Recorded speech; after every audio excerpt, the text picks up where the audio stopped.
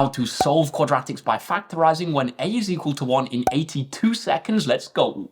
How, guys, would we solve these two quadratics by factorizing? Let's have a look firstly at how to solve x squared plus 7x plus 12 equals 0. Step number 1, we're going to factorize our quadratic, guys, writing it as double brackets. What are we going to have? We need two numbers which multiply to give 12 and add to give 7. That's going to be 4 and 3. So we're going to have x plus 4 times by x plus 3, and that is going to be equal to 0. Next, how can we have this left-hand side of our equation equal to 0? Well, either we need our left bracket to be equal to 0, then we're going to have 0 times by something, and that's going to be 0, or alternatively, we're going to need this bracket to be equal to 0, because then we're going to have something times by 0, and that's going to be equal to 0. Now, what value of x would make this bracket equal to 0? It's going to be x equal to negative 4, and what about this bracket? That's going to be x equals minus 3. That, guys, is the logic for why we have to flip those signs. Now, what about this next example? It's going to work in exactly the same way. Firstly, factorizing. What are we going to have? Right now, our double brackets equal to 0. We're going to have an x at both of the start, two numbers which multiply to give negative 36